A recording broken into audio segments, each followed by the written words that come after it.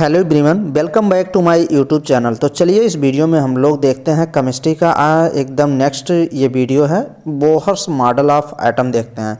इसके पहले हम लोग डाल्टन्स थ्योरी पढ़ चुके हैं, फिर थॉमस मॉडल पढ़ चुके हैं, उसके पहले फिर इलेक्ट्रॉन न्यूट्रॉन ये सब के बारे में देख लिए थे, रदरफोर्ड के बारे में देख लिए थे। रदरफोर्ड के बाद ये हम लोग देख रहे हैं अब बोहर्स मॉडल। अब देखिए बोहर्स मॉडल अच्छे से समझ लीजिए, कुछ क्वेश्चन भी समझ लेंगे। दो चार क्वेश्चन अगर पूछे जाएंगे यहाँ से तो सिंपल क्वेश्चन बनते हैं, तो एक दो क्वेश्चन अगर आपका एग्जाम में पूछा जाएगा तो एकदम सिंपल क्वेश्चन आपको मिल जाएंगे। अब बोहर्स मॉडल ऑफ एटम क्या है, इसके पहले देखिए जो भी स्टूडेंट बीएससी नर्सिंग की तैयारी कर रहे हैं 2024 के लिए, बीएससी नर्सिंग हो गया या फिर पैरामेडिकल का कोई कोर्स हो गया और 2024 में उनको एंट्रेंस एग्ज़ाम देना है, तो आप अच्छे से तैयारी करिए और गवर्नमेंट सीट एक ले लीजिए 2024 में। और उसको अच्छे से लेने के लिए आपको अच्छे से तैयारी करनी पड़ेगी। आप चैनल पे तैयारी कराई गई है, पूरी सिलेबस कंप्लीट है। देखिए किसी भी दिन वीडियो मैं अपलोड ना करूं तो उस दिन आपको खुशी मनानी चाहिए। क्या खुशी मनानी चाहिए कि जो प्रीवियस वीडियो 700 से लेके 800 वीडियो जो टोटल बताया गया है, 700-800 वीडियो बहुत ज़्यादा हो जाते हैं, तो वो आपको रिवाइज करने का मौका मिल जाता है। आप जाके उस वीडियो को, प्रीवियस वीडियो को एक दिन में 8-10 वीडियो, जितना अधिक वीडियो देख सकते हैं अभी मार्च तक पूरा कंप्लीट करें। तो आप, काफ़ी स्टूडेंट कहते हैं आज सर वीडियो नहीं अपलोड की है। अरे भाई पहले उस वीडियो को जाके देखो ना, कहीं आवश्यकता नहीं पड़ेगी, नई वीडियो की तो आवश्यकता ही नहीं पड़ेगी अगर सभी वीडियो कर ले गए। तो पुरानी वीडियो में दम खम सब लगा है, जो स्टूडेंट देख रहे हैं एकदम एंजॉय कर रहे हैं और मज़ा भी आ रहा होगा, कॉन्सेप्ट भी समझ रहे होंगे। चलिए हम लोग बोहर्स मॉडल करते हैं इस वीडियो में। बोहर्स मॉडल क्या है? बोहर्स एक साइंटिस्ट का नेम है, बोहर्स एक मॉडल है, तो जिसको बोहर एंड बेरी ने दिया था ये मॉडल। तो देखिए, in order to overcome the limitation, ये देखिए जो बोहर्स मॉडल, केमिस्ट्री में देखिए ऐसे साइंटिस्ट आते गए, कुछ ना कुछ नेम देते गए, और लेकिन वो परफेक्ट कुछ चीज़ें नहीं दे पाए, तो नेक्स्ट जब साइंटिस्ट आएंगे तो वो कुछ सुधार करेंगे। उसी प्रकार ये भी थे। देखिए बोहर मॉडल जो दिया गया, order to overcome the limitation of Rutherford model. Rutherford model के जो कुछ लिमिटेशन, कुछ कमियां थी, उनको ये दूर किए। अब रदरफोर्ड का ड्रॉबैक क्या था, क्या कमियां थी, पिछले वीडियो में ही बताया था। अब काफ़ी स्टूडेंट अभी तो नए स्टूडेंट होंगे या फिर समझ नहीं पा रहे होंगे। अब मैं रदरफोर्ड की अभी कमियाँ बताऊँ तो आप लोग जो स्टूडेंट देखे होंगे वो बता पाएंगे क्या? अगर जो स्टूडेंट नहीं बता पा रहे हैं तो बार बार जो नोट्स बना रहे हैं उसको रिवाइज करें, 2-3 घंटे डेली रिवाइज करें। पढ़ने से और नोट्स करने से कुछ होगा नहीं। जब नोट बनाएंगे उसको आप रिवाइज करेंगे, दिमाग में रहेगी, वही चीज़ें आपको बेनिफिट रहेगी। ये देखिए जो रदरफोर्ड मॉडल दिया गया था, नील बोहर के माध्यम से ये दिया गया था, तो इन्होंने कुछ ओवरकम, कुछ इनकी कमियां कम की थी। अब रदरफोर्ड मॉडल की क्या कमियां थी? रदरफोर्ड ने बताया था एक एटम्स होता है, उसके अंदर न्यूक्लियस होते हैं। अब न्यूक्लियस के अंदर, न्यूक्लियस के बाहर ऑर्बिट होते हैं, ऑर्बिट सेल होते हैं, तो सेल के बाहर, सेल पे इलेक्ट्रॉन जो होता है वो चक्कर लगाता है, घूमता रहता है। अब ये रदरफोर्ड साहब ने क्या कहा था कि एक इलेक्ट्रॉन एटम्स के, न्यूक्लियस के चारों तरफ चक्कर लगाता है। तो भाई चक्कर लगाएगा, इलेक्ट्रॉन जब रिवॉल्व करेगा, घूमेगा, तो एनर्जी लॉस करेगा, तो एक बार तो इसको न्यूक्लियस में आके गिर जाना चाहिए। तो यही चीज़ वो नहीं बता पाए थे कि मतलब स्टेबिलिटी ऑफ एटम, यही नहीं बता पाए थे कि स्टेबिलिटी ऑफ एटम्स के बारे में वो एक्सप्लेन ही नहीं कर पाए। तो ये चीज़ वो बता ही नहीं पाए थे। तो कि स्टेबल होता है कि इलेक्ट्रॉन जो उसमें न्यूक्लियस में गिरता है कैसे नहीं गिरता, do not fall into nucleus, nucleus में क्यों नहीं गिरता, स्टेबिलिटी ऑफ एटम के बारे में बता ही नहीं पाए थे। तो आगे देखिए, अब देखिए नील बोहर ने क्या किया, propose the model of atom the basis of Planck quantum. First question यही बनता है कि जो नील बोहर ने मॉडल दिया था किसके आधार पे, किसके बेसिस पे है, तो प्लैंक क्वांटम थ्योरी के बेस पे इनका मॉडल था। ये फर्स्ट क्वेश्चन है। नेक्स्ट में देखिए, and explain the cause of the stability of atom, और इन्होंने एक्सप्लेन किया, क्या एक्सप्लेन किया, स्टेबिलिटी ऑफ एटम, एटम्स के स्टेबिलिटी के बारे में इन्होंने बताया। इन ए डिफरेंट मैनर, डिफरेंट प्रकार, डिफरेंट मैनर में। द मेन पास्चुलेट, कुछ इनके भी सिद्धांत हैं, 4 सिद्धांत इनके हैं, ये पढ़ लीजिए बोहर्स के the main postulate Bohr's atomic model are follow. तो देखिए पास्चुलेट मीन्स होता है सिद्धांत, कुछ सिद्धांत हम लिए, चलिए पढ़िए, तो ये इंपॉर्टेंट हो जाता है। तो 2 क्वेश्चन यहाँ से हो गए। बोहर्स का जो मॉडल था वो किस पे बेस था, तो एटॉमिक किस पे, प्लैंक क्वांटम थ्योरी पे। और सेकंड क्वेश्चन जो मैंने बता दिया, ये इनके जो ये क्या एक्सप्लेन किए थे, किसके बारे में बताए थे, तो स्टेबिलिटी ऑफ एटम के बारे में ये एक्सप्लेन किए थे। ये चीज़ हो गया। फिर उसके बाद कुछ पास्चुलेट, इनके कुछ सिद्धांत थे। फर्स्ट सिद्धांत देखिए, द इलेक्ट्रॉन्स रिवॉल्विंग, रिवॉल्विंग माने घूमता है, अराउंड द न्यूक्लियस, किसके किसके चारों तरफ, न्यूक्लियस के चारों तरफ, are a content to certain fixed orbit, certain fixed orbit में उसको सेल बोला जाता है। देखिए ये एटम्स है, एटम्स में क्या होते हैं, न्यूक्लियस होता है, न्यूक्लियस में प्रोटॉन होते हैं, पॉजिटिव चार्ज होता है, इसके आगे सेल बनाई गई हैं, एक सेल बनाया गया है। फिर ये आप ऐसे बना सकते हैं, ये ऐसे, ये सब चीज़ें देखिए अच्छे से सब चीज़ें कराई गई हैं, लेकिन वही चीज़ें हैं, अब आपको समझना पड़ेगा। अब आप समझेंगे, कब समझेंगे, जैसे देखिए ये मान लीजिए बनाया गया है, ये पॉजिटिव हो गया, फिर इसके एक सेल बना दिया गया, ये दूसरा सेल बना दिया गया। अब इसमें जो एन इक्वल टू कौन 1 होता है, फर्स्ट वाला जो न्यूक्लियस के पास वाला होता है, एन इक्वल टू 1 रखते हैं, इसको एन इक्वल टू 2 रखते हैं। एन क्या है, ऑर्बिट नंबर है, तो एन इक्वल टू 2 और एन इक्वल टू 1 को क्या बोला जाता है, एन इक्वल टू जो 1 होता है उसको ग्राउंड स्टेट बोलते हैं, GROUND, ग्राउंड स्टेट बोलते हैं। क्वेश्चन में ये काम लगेगा, तब वहाँ देता है कि ग्राउंड स्टेट से एक्साइटेड है, तो वहाँ पे एन इक्वल टू 1 रखेंगे। 1 इक्वल टू 1 को क्या बोलते हैं, ग्राउंडेड स्टेट। ये बस इतना ही जानो, आगे जब क्वेश्चन करोगे तो आइडिया लगेगा। The electron revolve around the nucleus, चारों तरफ वो इलेक्ट्रॉन घूमता है, और कन्फाइंड सर्टेन फिक्स्ड ऑर्बिट में, कॉल द सेल, उसको सेल बोलते हैं। आर एनर्जी लेवल, ईच हुई चीज़ associated with fix amount of energy, तो जो इलेक्ट्रॉन घूम रहा है चारों तरफ वो फिक्स्ड अमाउंट ऑफ एनर्जी की वजह से घूमता है। तो ये देखिए, while it is revolving around the nucleus in an orbit, orbit में जो इलेक्ट्रॉन मूव कर रहा है न्यूक्लियस के चारों तरफ, इलेक्ट्रॉन नाइदर लॉस और नार गेन एनर्जी, वो इलेक्ट्रॉन ना तो एनर्जी को लूज करता है मतलब निकालता है, ना ही गेन करता है, ना ही प्राप्त करता है। नेक्स्ट में देखिए, थर्ड पॉइंट समझिए, यहाँ से कुछ चीज़ें आप अच्छे से समझिए। An electron revolving an particular orbit, जो इलेक्ट्रॉन होता है घूमता है किसी एक पर्टिकुलर ऑर्बिटल में। ये देखिए ऑर्बिट में घूम रहा है, एक ऑर्बिटल, 2 ऑर्बिटल, 3 ऑर्बिटल, 4 ऑर्बिटल, फिर उसके बाद एंड सो ऑन बनाया गया है। फिर यहाँ देखिए, on gaining on certain amount of energy, अगर वो कुछ अमाउंट एनर्जी जो है वो क्या करता है, गेन करता है, तो वो जंप कर जाएगा to next higher orbit and vice versa. ये देखिए वाइस वर्सा कह रहा है कि अगर मान लीजिए एक इलेक्ट्रॉन है यहाँ घूम रहा है, एक इलेक्ट्रॉन है, अगर ये थोड़ा सा एनर्जी इसको मिल गई तो ये जंप कर जाएगा नेक्स्ट वाले ऑर्बिट में, फिर यहाँ से कुछ एनर्जी मिल जाएगी तो यहाँ कर जाएगा।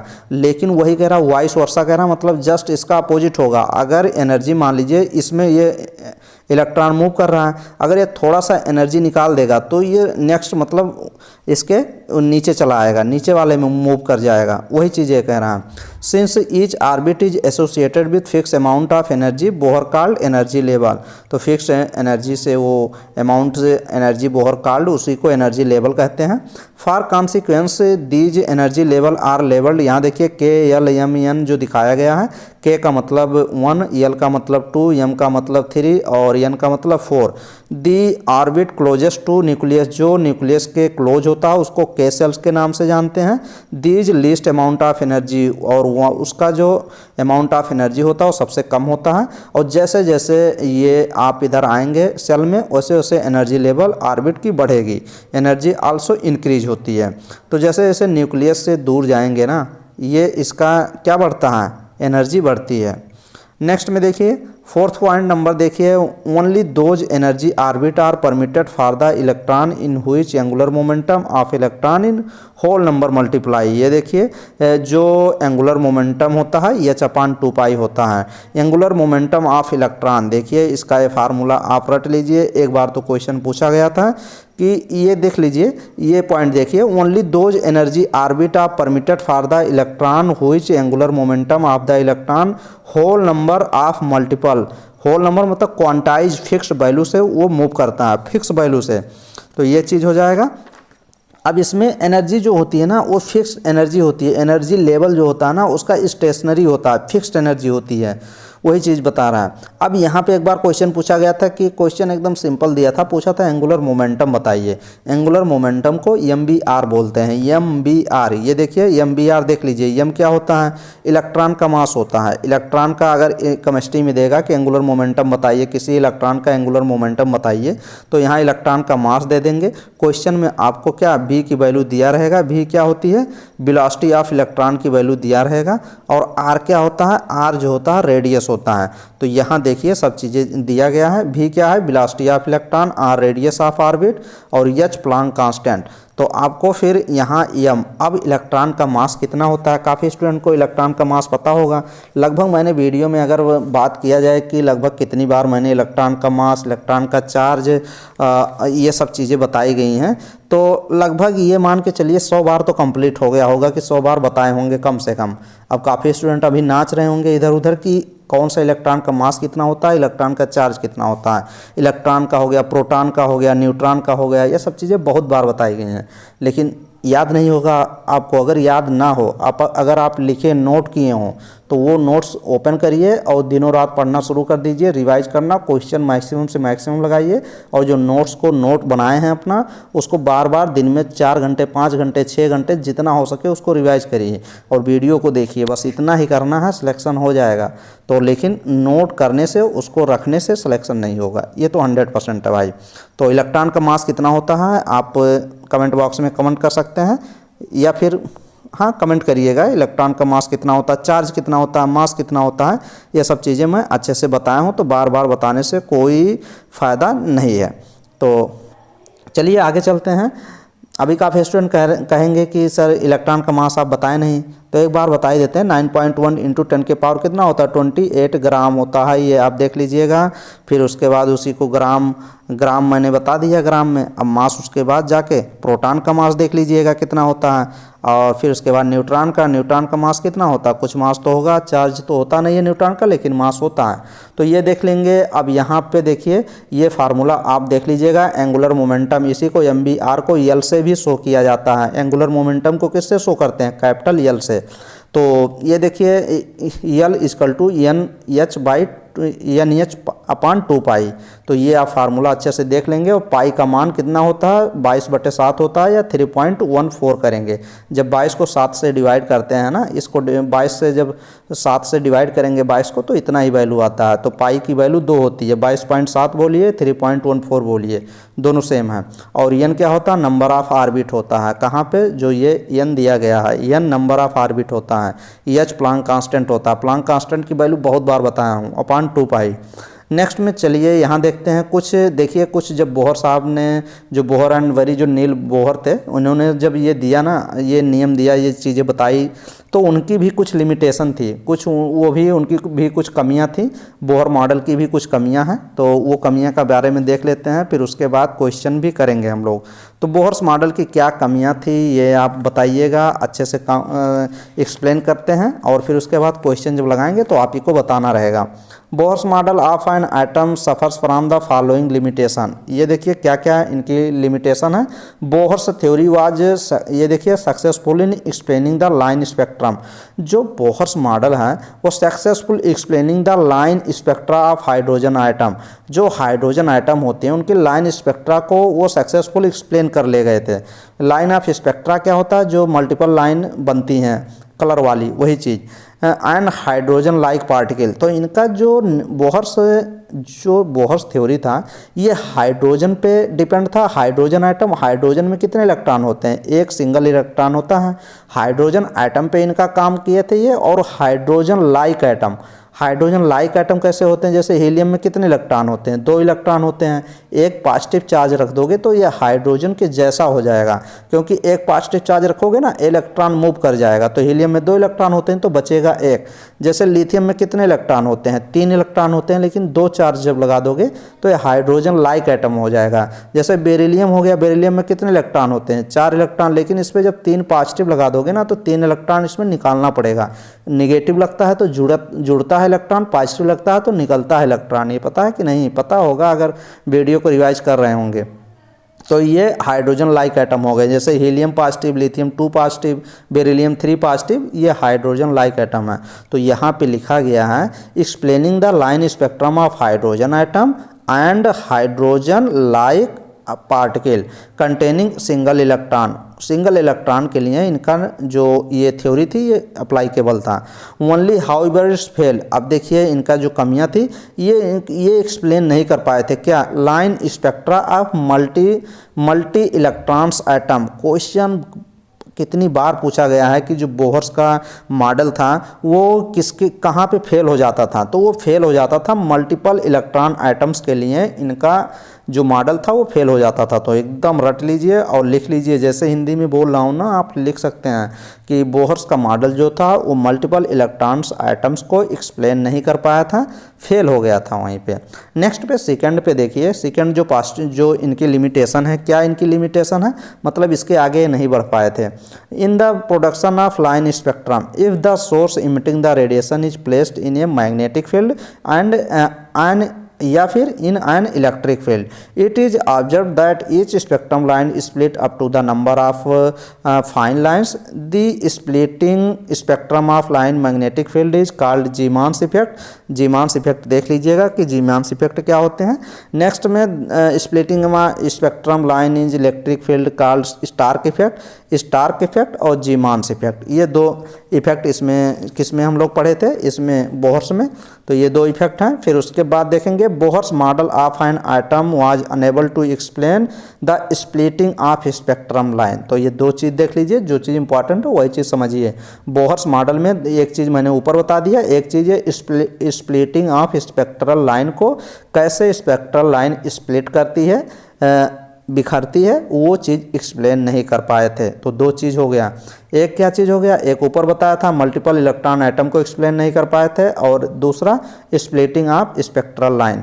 थर्ड पॉइंट देखिए, according to Bohr's model of an atom the electron move along certain circular path. Circular path में किसी एटम में इलेक्ट्रॉन मूव करता है, पाथ इन वन प्लेन, एक सिंगल प्लेन में। Thus it gives the flat model of an atom, but now it will establish that the atom is the 3 dimensional and not flat.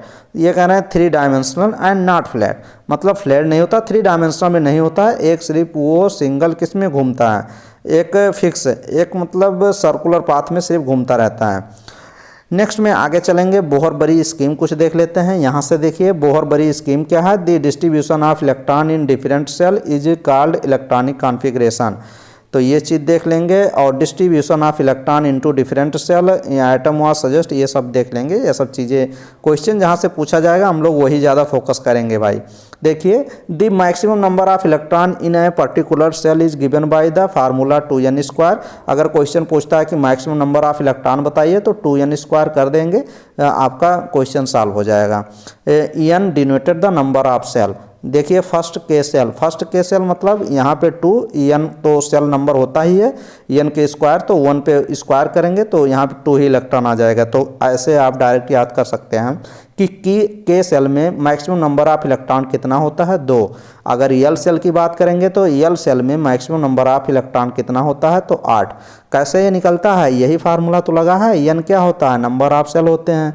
यल में number of cell कितने होते हैं, 2 होते हैं, तो 2 के स्क्वायर करेंगे 4 हो जाएगा, फिर मल्टीप्लाई यहाँ से 2 कर देंगे, 4 दूना 8 हो जाएगा। वही चीज़ तो निकाला है। यम सेल में मैक्सिमम नंबर ऑफ इलेक्ट्रॉन कितने होते हैं, 18 होते हैं, क्योंकि यहाँ पे n की वैल्यू जो होती है 3 होती है। उसी प्रकार n सेल में मैक्सिमम नंबर ऑफ इलेक्ट्रॉन कितने होते हैं, 32 होते हैं। नेक्स्ट में ऐसे आप देख सकते हैं, electrons are not accommodated in given shell, ये सब हटा दीजिए। और कुछ हम लोग यहाँ से देखते हैं पॉइंट, ये सब आप देख सकते हैं पॉइंट यहाँ पे दिया गया है। कुछ इलेक्ट्रॉनिक कॉन्फ़िगरेशन करके आप निकाल सकते हैं। The outer shell of can not accommodated, ये सब एग्जाम्पल कुछ दिए गए हैं। इलेक्ट्रॉनिक अरेंजमेंट ऑफ कैल्शियम में 20 होते हैं इलेक्ट्रॉन होते हैं। KLMN ऐसे डिवाइड किया गया है। 2 मैक्सिमम इलेक्ट्रॉन, L में 8, M में 2 और N में 2 इलेक्ट्रॉन, क्योंकि इनकम्प्लीट सब सेल होते हैं। तो ये सब ऐसे दिए गए हैं। डुअल बिहेवियर ऑफ मैटर्स के बारे में, हाँ यहाँ से इंपॉर्टेंट हो जाता है। यहाँ देख लीजिए, एक डुअल बिहेवियर मैटर्स, यहाँ से क्वेश्चन पूछा जाता है। एक थोड़ा सा एकदम न्यूमेरिकल बनता है, जिसको कहा नहीं जाता है कि एकदम फार्मूला बेस्ड न्यूमेरिकल। फ्रेंच एक फिजिक्स थे, advance the idea that like photon and material particle such as electron, proton, atoms and molecule purpose dual character of particle character as well as character the associated with particle is called matter wave. हाँ यहाँ से आपको देखना है। De Broglie wave से question पूछा जाता है। वहाँ पे L equal to H upon P, ये एकदम रटा होना चाहिए, या फिर lambda equal to H upon MB। P क्या होता है? P मोमेंटम होता है, MB उसी को बोलते हैं। मास और वेलोसिटी, तो ये फार्मूला आप एकदम नोट कर लीजिए। यहाँ पे देखिए दिया गया है क्या क्या। P क्या होता है? मोमेंटम ऑफ पार्टिकल, किसी पार्टिकल का मोमेंटम P से शो करते हैं। और P इक्वल टू क्या होता है? मास इंटू वेलोसिटी होता है। मास से मल्टीप्लाई कर देंगे वेलोसिटी में, तो किसी पार्टिकल का मोमेंटम आ जाएगा। तो ये आप नोट कर लीजिए। डायरेक्ट क्वेश्चन पूछा जाता है कि डी ब्रॉगली वेवलेंथ बताइए। आप H अपान H की वैल्यू दिया रहेगा क्वेश्चन में, P की वैल्यू आप क्वेश्चन में दिया रहेगा, या फिर M और वेलोसिटी का दिया रहेगा, तो नीचे रख देंगे, आ जाएगा, डिवाइड करेंगे। एकदम सिंपल क्वेश्चन पूछता है। यहाँ पे देखिए दी एबव क्वेश्चन, जो यहाँ पे ये क्वेश्चन, ये फार्मूला जो दिया गया है उसी के बारे में ये एक्सप्लेन कर रहा है कि the above question is called the de Broglie equation and is called de Broglie wavelength. तो डी ब्रॉगली वेवलेंथ से क्वेश्चन पूछता ही है। फिर उसके बाद division and grammars experiment variety the wave nature of nothing, ये सब हटाइए। नेक्स्ट में ये देखिए, यहाँ पे देख सकते हैं, हाँ ये चीज़ देख लीजिए। थोड़ा सा कॉन्सेप्ट को डेवलप करेगा और कॉन्सेप्ट को सीखने में आसानी करेगा। तो यहाँ पे देखिए lower energy level to higher energy level. Lower energy, ये देखिए यहाँ पे N इक्वल टू 1 है ना, तो यहीं पे कह रहा है कि lower energy level to higher energy level. Higher energy level means N equal to 3 level by gaining the requires energy and electron move from ये higher energy level to lower energy level. अगर वो क्या करेगा? Loose करेगा। अगर वो कह रहा है ये चीज़, अगर वो एनर्जी को गेन कर रहा है, मतलब प्राप्त कर रहा है, तो वो हायर एनर्जी लेवल में जाएगा, यहाँ से यहाँ की तरफ जाएगा। और अगर वो लूज कर रहा है, इलेक्ट्रॉन एनर्जी को क्या कर रहा है? निकाल रहा है, तो यहाँ से यहाँ आएगा। वही चीज़ ये बता रहा है। एनर्जी का क्वेश्चन भी पूछता है। एक क्वेश्चन बनता है कि एनर्जी बताइए। एनर्जी का फार्मूला, एक आप फार्मूला ये लिख सकते हैं, E इक्वल टू माइनस कितना होता है? 13.6 अपान 13.6, ये पॉइंट लगा लीजिएगा। 13.6 अपान N स्क्वायर। ये N स्क्वायर इलेक्ट्रॉन वोल्ट होता है। इलेक्ट्रॉन वोल्ट पर एटम्स होते हैं। तो ये फार्मूला आप लिख सकते हैं। हाइड्रोजन लाइक जब क्वेश्चन पूछता है तो वहाँ से क्वेश्चन निकलते हैं, आसानी से सॉल्व हो जाते हैं। N की वैल्यू पता है, N सेल नंबर होता ही है। नेक्स्ट में ये देख लीजिए, ये तो मैंने बताया ही था कि K होता है, L होता है, M होता है, N होता है। ये क्या होते हैं? KLMN, ये सेल नंबर होते हैं। और ये किसी भी एटम्स में जो न्यूक्लियस होता है, ये देखिए पॉजिटिवली चार्ज होता है, क्योंकि न्यूक्लियस में प्रोटॉन होते हैं। न्यूट्रॉन भी होता है, लेकिन न्यूट्रॉन तो चार्ज लेस होता है। प्रोटॉन होता है, प्रोटॉन पे पॉजिटिव चार्ज होता है, और इलेक्ट्रॉन पे निगेटिव चार्ज होता है। तो इलेक्ट्रॉन प्रोटॉन दोनों अट्रैक्टिव फोर्स लगा के मूव करता रहता है। बोहर्स मॉडल ऑफ एटम यही है। बोहर्स मॉडल ऑफ एटम से ये देख ले सकते हैं, इसको अच्छे से दिखाया गया है। यही बोहर्स मॉडल एटम्स हैं। नेक्स्ट में देखिए अकॉर्डिंग टू, हाँ ये क्वेश्चन देखिए, क्वेश्चन अच्छा क्वेश्चन है, आप लगाने की कोशिश करिएगा। ये देखिए अकॉर्डिंग टू, क्वेश्चन पहले समझिए क्या क्वेश्चन पूछ रहा है। क्वेश्चन कह रहा है कि अकॉर्डिंग टू बोहर मॉडल्स थे, Bohr's model the energy of the emitted photon. जो बोहर्स मॉडल था उसमें एनर्जी फोटॉन के रूप में इमिट हो रहा है, निकल रहा है, ड्यू टू ट्रांजिशन फ्रॉम, कहाँ से? N इक्वल टू कहाँ से? ये देखिए थर्ड एक्साइटेड स्टेट। अगर यहाँ पे डायरेक्ट थर्ड स्टेट पूछता ना तो N इक्वल टू थर्ड हो जाता है, लेकिन यहाँ पे कह रहा थर्ड एक्साइटेड स्टेट, मतलब थर्ड एक्साइटेड। अगर कहीं पे सेकंड एक्साइटेड लगा देता तो उसको थर्ड लिखते। यहाँ पे थर्ड एक्साइटेड लगाया है तो एक पॉइंट और जोड़ देंगे, मतलब N इक्वल टू कितना यहाँ हो जाएगा? यहाँ हो जाएगा N equal to 4। State to ground state, देखिए वो एनर्जी को इमिट करके फोर्थ सेल से वो कितने सेल में आ रहा है, ग्राउंड स्टेट में आ रहा है, मतलब एक सेल में आ रहा है, यानी इक्वल टू 1 में आ रहा है। अब आपको क्या चीज़ बताना है, बोस्मा एनर्जी द इमिटेड, कितना एनर्जी वो निकालेगा। तो देखिए यहाँ से क्वेश्चन आप सॉल्व कर सकते हैं। इसका कितना, ये देखिए एनर्जी मैंने जो फार्मूला बताया था वो फार्मूला लगाइए। According to Bohr's model the formula of energy, energy का फार्मूला होता है माइनस में 13.6 वोल्ट अपॉन एन स्क्वायर। ये देखिए for the third excited state, मतलब एन इक्वल टू 4 आप रखेंगे, और यह देखिए एन इक्वल टू 4, तो एन स्क्वायर हो जाएगा। एन स्क्वायर का 4 का स्क्वायर करेंगे तो 4 चौक 16 हो जाता है। 13.6 इलेक्ट्रॉन वोल्ट, जब इसको 16 से काटेंगे, इसको डिवाइड करेंगे तो माइनस में आएगा, क्योंकि यहाँ माइनस लगा है, 0.85 इलेक्ट्रॉन वोल्ट आ जाएगा। अब the ground state n equal to 1 का जब निकालेंगे तो एन इक्वल टू 1 का जब निकालेंगे तो सेम वही आ जाएगा, क्योंकि ग्राउंड स्टेट में आ रहा था। तो फिर उसके बाद ये देखिए E1 की वैल्यू इतना आ गया। फिर उसके बाद क्या करेंगे, therefore the energy of the emitted photon due to transition from third excited state से कहाँ आ रहा है, ग्राउंड स्टेट में आ रहा है। तो निकाल लीजिए E equal to 4 minus E1। 4 कितनी वैल्यू निकाले थे, माइनस में इतनी वैल्यू यहाँ रख देंगे, यहाँ पे रखी गई है वैल्यू, माइनस में इतनी वैल्यू। फिर उसके बाद माइनस, आप माइनस कर ही रहे हैं, यहाँ पे माइनस माइनस ये प्लस हो जाएगा, एक माइनस बचेगा तो वो घटा देंगे। तो जब 13.6 इलेक्ट्रॉन वोल्ट जब घटाएंगे, इतनी वैल्यू घटाएंगे तो 12.7 इलेक्ट्रॉन वोल्ट आ जाएगा। तो यही ऑप्शन करेक्ट होगा। अब ये देखिए कौन सा ऑप्शन करेक्ट होगा, ये ऑप्शन नंबर आपका सेकंड ऑप्शन आपका करेक्ट हो जाएगा। क्वेश्चन अच्छा था, आप देख सकते हैं और क्वेश्चन को लगा सकते हैं। नेक्स्ट क्वेश्चन ये देखिए, क्वेश्चन नंबर ये है, the angular momentum of an electron in एथ ऑर्बिट इज गिवन बाय। तो ये क्या है, एंगुलर मोमेंटम ऑफ इलेक्ट्रॉन कितना होता है, mvr होता है।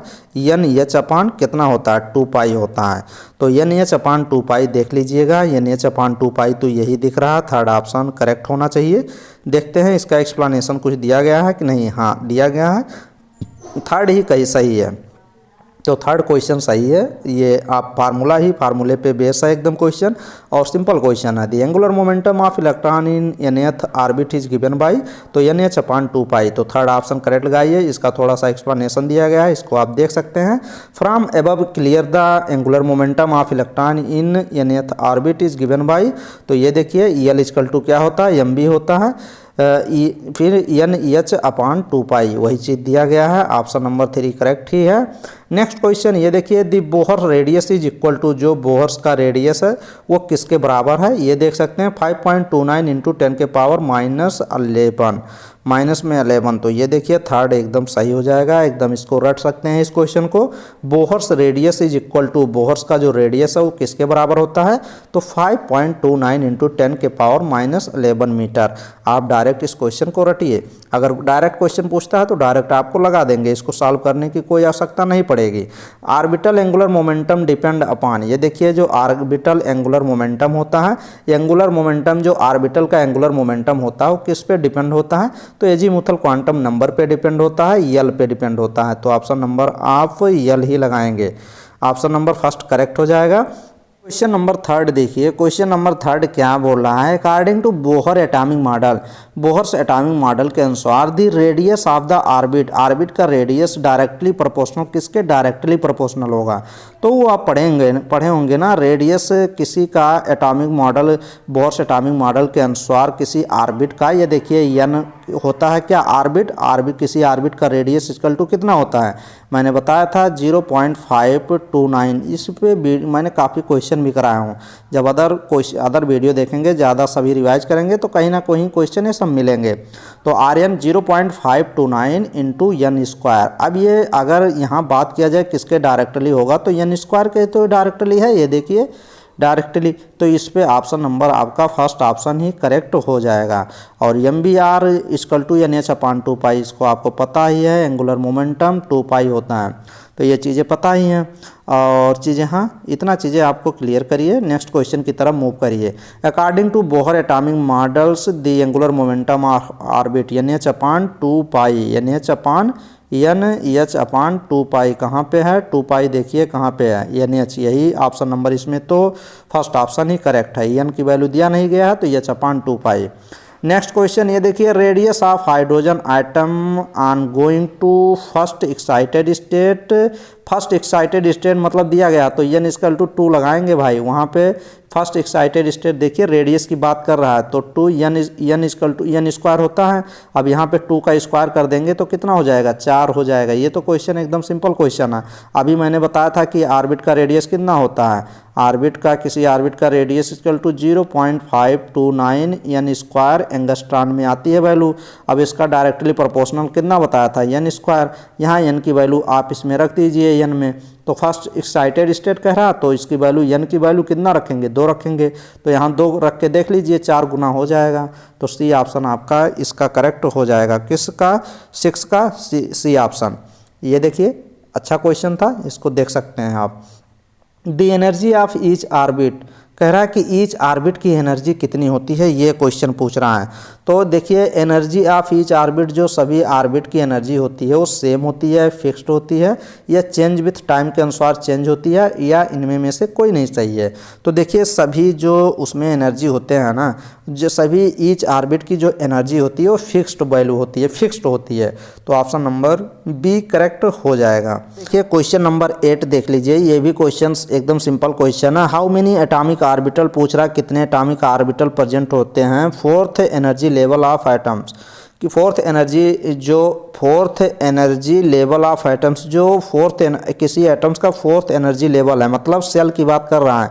तो अगर ऐसे क्वेश्चन पूछ लेता है कि नंबर ऑफ ऑर्बिटल बताइए, number of orbital present in किस में, प्रेजेंट इन सेल में, तो आप एन स्क्वायर लगा देंगे। अब एन स्क्वायर, एन की वैल्यू कितना दिया गया, 4 दिया गया फोर्थ, तो यहाँ पे एन की वैल्यू 4 स्क्वायर कर देंगे तो 4 चौक 16 आ जाएगा। तो सी ऑप्शन करेक्ट हो जाएगा। और देखिए ये चीज़ आपको बताया गया था ना उसमें कि कैसे, हाँ एक चीज़ और बता देते हैं। डायरेक्ट क्वेश्चन पूछता है कि फर्स्ट ऑर्बिट, क्वेश्चन ऐसे पूछ लेता है कि इन फर्स्ट ऑर्बिट में एनर्जी कितनी होती है, तो आप लिख सकते हैं कि फर्स्ट ऑर्बिट में अगर एनर्जी पूछा जाएगा तो आप माइनस में 13.6 इलेक्ट्रॉन वोल्ट बताएंगे अगर फर्स्ट में पूछेगा। अगर सेकंड ऑर्बिट में मान लीजिए पूछ लिया कि सेकंड ऑर्बिट में एनर्जी का लेवल, एनर्जी कितना होता है, तो सेकंड मीन्स E2 में कितना हो जाएगा, तो उसको कैसे आप निकालेंगे, आप निकालेंगे E2 इक्वल टू 13 माइनस में 13.6 अपान एन स्क्वायर। अब 2 की निकाल रहे हैं सेकंड एनर्जी में, यहाँ पे 2 का 4 रख देंगे तो 4 2 स्क्वायर का करेंगे, 2 स्क्वायर करेंगे 4 आ जाएगा, 4 से इसको डिवाइड करेंगे, 4 तियाँ 12, फिर उसके बाद 12 हो जाएगा, यहाँ 16 हो जाएगा, 4 पंचे 20, लगभग में कितना आ जाएगा, 3.4 आ जाएगा, 3.4 इलेक्ट्रॉन वोल्ट हो जाएगा, 3.4 इलेक्ट्रॉन वोल्ट हो जाएगा। किसकी वैल्यू, सेकंड ऑर्बिट की वैल्यू। अगर ऐसे ही थर्ड ऑर्बिट की पूछा जाए, थर्ड ऑर्बिट का जो एनर्जी होता है वो कितना, ORBIT ऑर्बिट का कितना होता है, तो थर्ड का पूछा जाएगा तो आप कितना लगाएंगे, 13.6 अपान 9, यहाँ 9 कैसे आ गया, यानी स्क्वायर कर दिए 3 का तो 9 आ गया। जब इसको डिवाइड करेंगे तो 1.5 इलेक्ट्रॉन वोल्ट आ जाएगा। 9 के 9 फिर 9 4 13 होता है, यहाँ बचेगा, तो ये आपका 1.5 इलेक्ट्रॉन वोल्ट आ जाएगा। तो ऐसे क्वेश्चन आप ज़्यादा से ज़्यादा क्वेश्चन प्रैक्टिस करें। मैंने काफ़ी कुछ क्वेश्चन प्रैक्टिस कराए हैं, और आप देखिए वीडियो को आप ज़्यादा से ज़्यादा वीडियो को रिवाइज करें, और जितनी वीडियो 600-700 टारगेट दिया गया है मार्च तक कंप्लीट कर लेंगे तो सिलेक्शन हो जाएगा। पूरी सिलेबस कंप्लीट करा दी गई है। जो चीज़ लग रहा है कि हाँ ये क्वेश्चन पूछे जाने के चांस हैं तो वो मैं सेलेक्ट करके करा दे रहा हूँ।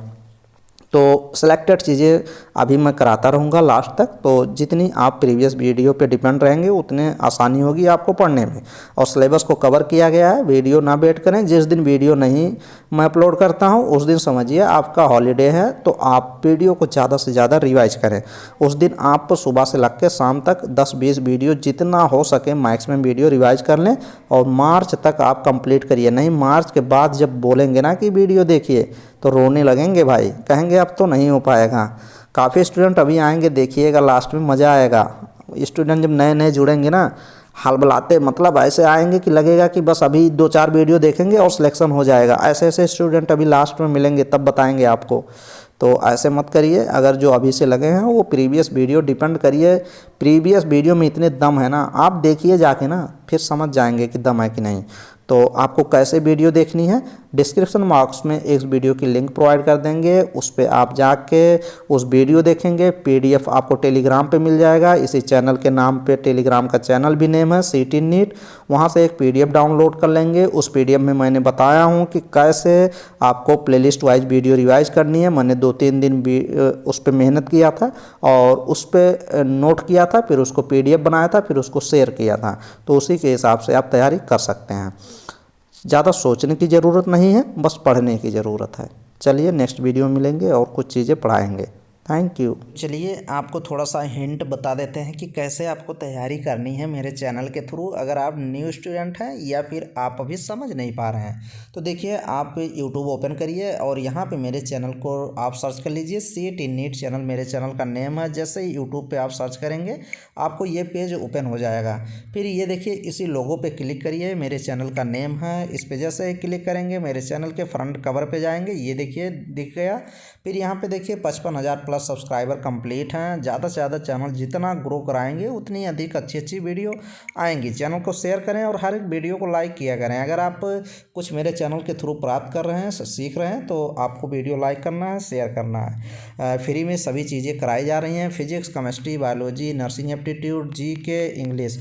कल एक मैं आपका करा दूंगा, कौन सा, नर्सिंग एप्टीट्यूड, शानदार वीडियो आएगी कल एक, तो वो आप ज़रूर देखिएगा। फिर उसके बाद देखिए 1600 वीडियो मैं अपलोड किया हूँ। 1600 वीडियो में आपको 800 समथिंग वीडियो देखनी है। वीडियो की संख्या बढ़ गई है, तो जो स्टूडेंट वीडियो देखना है लाइव सेक्शन में जाके देखें। लाइव सेक्शन में 10-5 वीडियो मिल जाएगी और प्ले लिस्ट में सभी वीडियो मिल जाएगी।